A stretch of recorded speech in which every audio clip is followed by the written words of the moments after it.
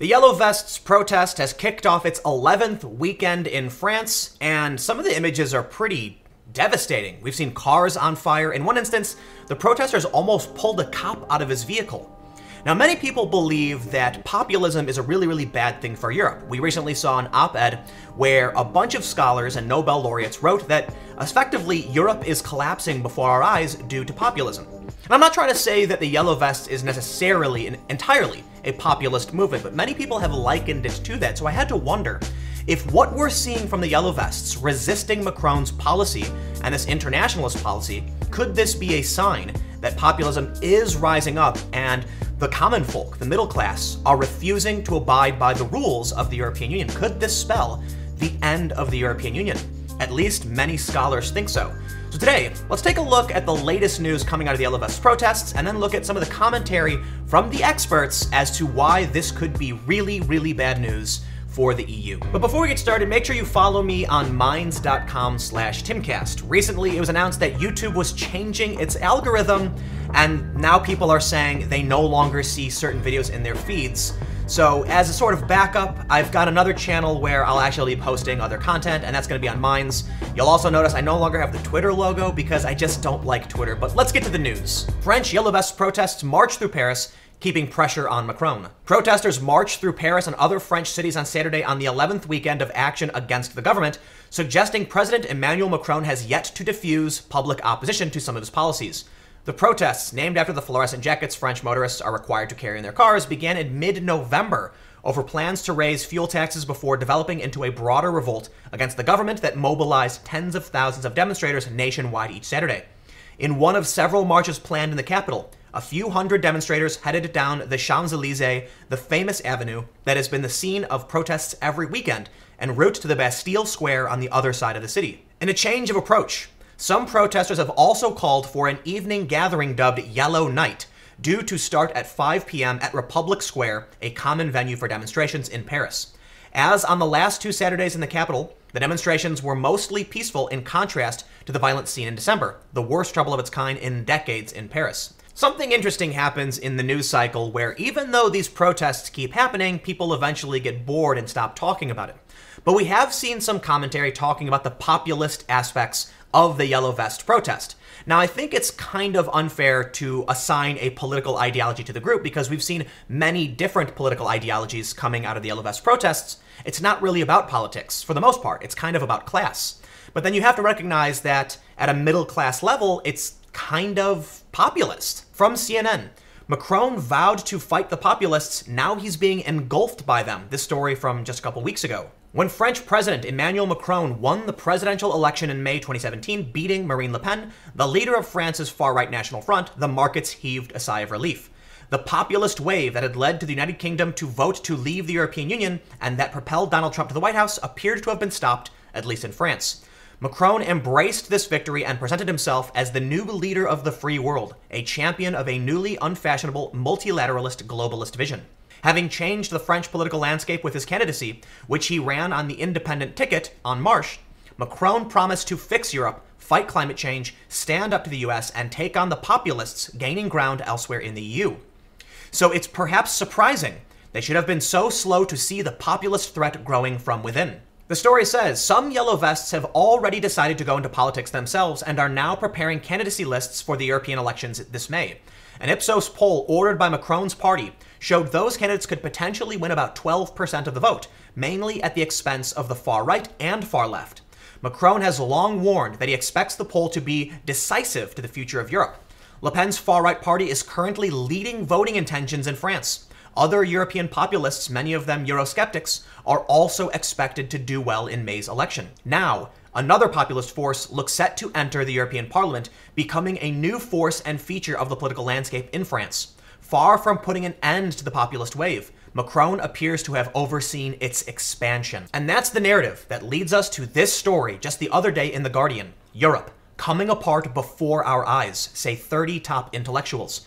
Group of historians and writers publish manifesto warning against the rise of populism. The group of 30 writers, historians, and Nobel laureates declared in a manifesto published in several newspapers, including The Guardian, that Europe as an idea was coming apart before our eyes. We must now will Europe or perish beneath the waves of populism, the document reads.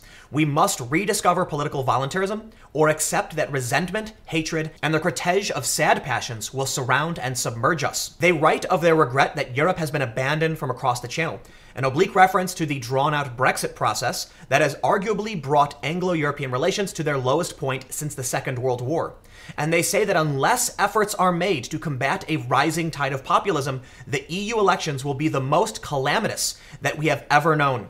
Victory for the wreckers, disgrace for those who will still believe in the legacy of Erasmus, Dante, Goethe, and Comenius. Disdain for intelligence and culture, explosions of xenophobia and anti-Semitism, disaster. Abandoned from across the Channel and from across the Atlantic by the two great allies who in the previous century saved it twice from suicide, vulnerable to the increasingly overt manipulations of the master of the Kremlin.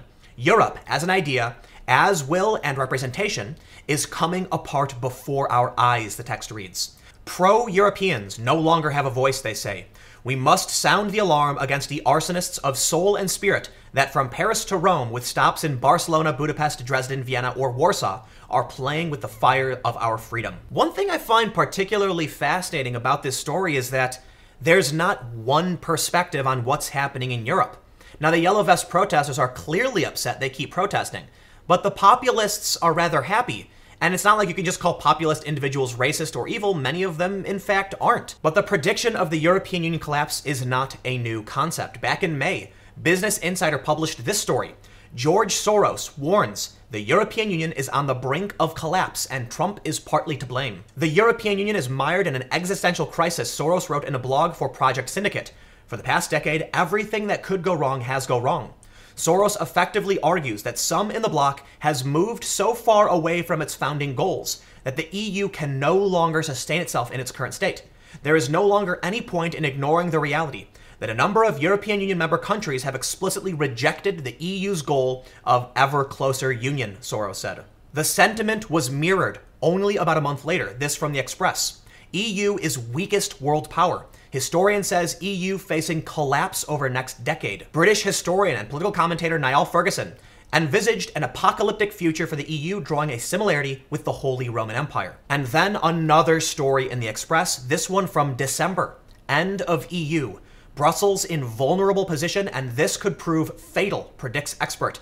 The European Union could soon face collapse because of the weak and vulnerable position the volatility of the euro and clashes with member states have created, European affairs expert Ian Kearns claimed. Kearns said to the Express, the EU is in a weak and vulnerable state. If there were, for example, a new financial crisis, which lots of people are speculating might be on the horizon, I think that would be enough to destroy the single currency. Does that happen in the next 6 months? Does it happen 3 years from now? 5 years from now? I don't know. But my analysis would be, if the European Union is in its current state, and its arrangements for managing the Eurozone are in their current state, and the financial crisis happens, the single currency wouldn't survive it. And that leads me ultimately to Brexit. Admittedly, I don't know too much about Brexit or why so many people in Great Britain wanted to separate from the European Union. But there are some issues I can understand. Article 11 and Article 13, for instance. Many people have taken opposition to this, effectively where they want to put a content filter over the internet in the European Union. And thus, I have seen many people who live in the United Kingdom saying, hey, maybe we don't want any part of that. But when you see story after story talking about a collapse of their currency, how they're not going to survive, the wave of populism threatening Europe, why wouldn't anyone vote to leave the European Union? I'm actually surprised there are more people in the UK who want to remain in the EU after we've seen all of these stories. Now look, I've highlighted a few select stories talking about the Yellow Vests, the rise of populism, and why many experts are predicting doom for the EU. But it doesn't mean any of it's true. These are just select stories, and I'm trying to explore this particular idea. It's entirely possible there's a million other stories saying, no, everything's fine. But I want to point out that there are many voices, not just one, including George Soros, who are saying dire straits for the EU are coming. So then can you really blame those in the UK who want to leave the European Union? Honestly, I can't. But the last thing I really want to address is the idea of the Yellow Vests protests spreading. Because the truth is, they're technically not. Though the imagery is spreading, the issues are still very different. But maybe the core is that at its root, they're populist protests. The Washington Post ran this story. Egypt banned the sale of Yellow Vests are the French protests spreading? Ultimately, this is the point they make, that democracy protests do not tend to spread, we argue, because they are about domestic issues that are generally unrelated to what is happening in their countries. Democracy protests tend to arise when elections, economic crises, and other events within the country focus on the public's existing anger about political, social, or economic grievances, prompting collective action. In general, protests in neighboring countries do not provoke new discontent in other countries, nor do they bring people together on behalf of existing discontent. In fact, most democracy protests are small, short-lived, repressed, and unsuccessful, and are thus poor models for protests in other countries. But they do say that even if protests don't spread, their symbols and strategies might. Although democracy protests and anti-government protests do not spread to other countries in general, their symbols, strategies, and tactics can. By wearing yellow vests, activists outside France have been able to make their protests appear to be part of a larger movement, attracting more international and domestic attention. The Egyptian government's decision to ban yellow vests may not be absurd after all. But many of these protesters have made demands, including anti-Muslim demands in Germany, that are very different from those seen in France. These non-French protests were often triggered by events within their own countries and sometimes even began before their French counterparts. In Bulgaria, the so-called Yellow Vest protests against fuel prices began a week before those in France. Protesters only began wearing yellow vests after they had become iconic in France. In Iraq, protests against unemployment, corruption, and poor public services had been going on for months before Iraqi protesters began sporting yellow vests last December. If we are witnessing a yellow vest wave, it is not a wave of unified protests, rather, it is a spread of the symbols. I am not a big fan of the Washington Post, but I have to agree. The issues in these countries are rather different. But I think what we're actually seeing is just a wave of populist protests. People who think their governments aren't representing them. I don't think it's fair to say the protests aren't spreading necessarily because people have unique causes in their specific region. And essentially, the Yellow Vest protests inspire similar populist protests. Again, the issues may be different, but I also think it is fair to point out many of these protests started before the Yellow Vests.